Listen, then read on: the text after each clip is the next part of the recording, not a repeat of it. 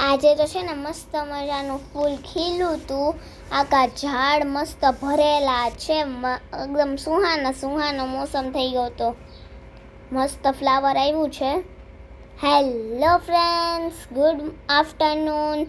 કેમ છે બધા? મજામાં? તમારા બધાનું સ્વાગત છે આપણા નવા વ્લોગમાં. તો હાલો આપનો વ્લોગ સ્ટાર્ટ કરીએ. આજે તો છે ને સવારમાં મમ્મીએ મને ફટાફટ લંચ માટે છે ને ચીઝ બ્રેડ બનાવી નાખ્યા. કેમ કે છે ને સવારે લંચની બહુ જ ઉપાધિ થાય છે, એટલે મમ્મી ઇઝી અત્યારે હતું એટલે ચીઝ બ્રેડ બનાવી નાખી. હું રાતે ચીઝ લઈ આવી હતી કેમ કે મને ચીઝ બ્રેડ બહુ જ ભાવે. જો તો કેવું મસ્ત ચીઝ યાર આમ નીચે પડે છે, આમ વરસાદની ડ્રોપ્સ ના આવતી હોય એવી રીતે મમ્મીએ ભરીને ચીઝ નાખ્યું હતું, એકદમ ભરીને. હાલો હું તમને લોકોને બતાવું. જુઓ કેટલું બધું ચીઝ નાખ્યું છે. અમૂલનું છે, પ્યોર ચીઝ છે. ઘડિયાળમાં વાગી ગયા છે 7 અને છે ને આપણે તો મમ્મીએ જમવાય આપી દીધું હતું. આ તો મમ્મી મસ્ત મજાને હવે બ્રેડ રોસ્ટ કરી નાખે છે ઘીમાં. આમ ઘીમાં રોસ્ટ કરેલું હોય ને એનો સ્વાદ જ કંઈક અલગ આવે, મતલબ આમ મજા આવી જાય ખાવાની. એટલે મમ્મી તો ઉપર ઘી નાખે, નીચે તવા ઉપર ઘી નાખે. અમારું ટોસ્ટર પોરબંદર પડ્યું છે એટલે અમે આમાં કરીએ.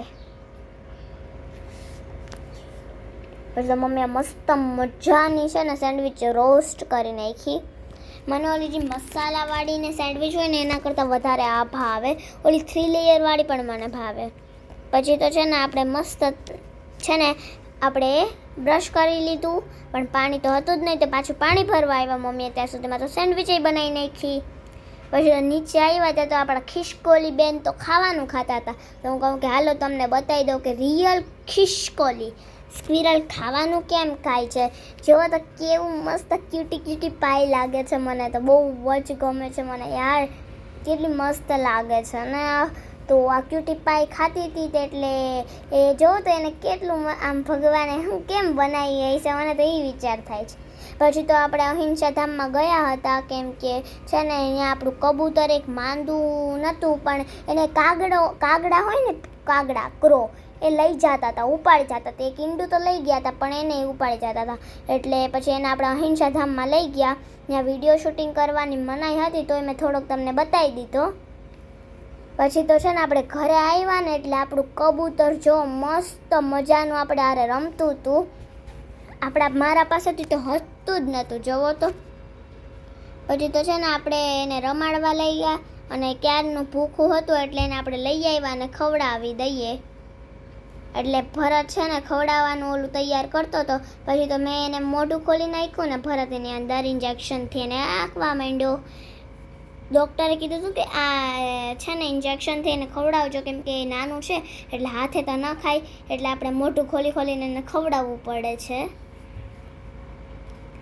મસ્ત મજાનું એને આપણે ખવડાવી દીધું. એને જમવામાં હતા મગ બાફેલા, એનું પાણી પીવડાવવાનું હતું એટલે આપણે ભરીને એને પીવડાવવા લઈ ગયા. કેમ કે બિચારું એની માથી નોખું પડી ગયું છે.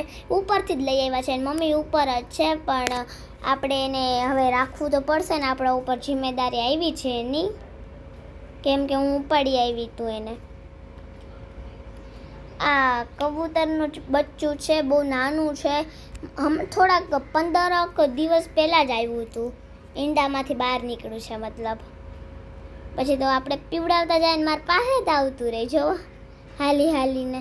પછી તો આપણે હાથમાં લઈને પીવડાવવાની ટ્રાય કરી પણ ન પીતું, એટલે આપણે નીચે મૂકીને પીવડાવવું પડશે પાછું, મને તો લાગે છે. ઉપરથી થોડું જ પીએ છે. પછી તો આપણે એને સામું વાતું કરતા હતા. બહુ જ મસ્ત.